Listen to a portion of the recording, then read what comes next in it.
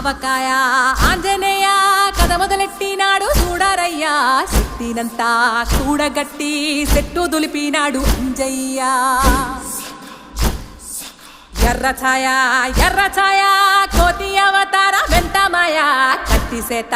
పట్టకుండా కాయ కోసినాడు కపిలయ్య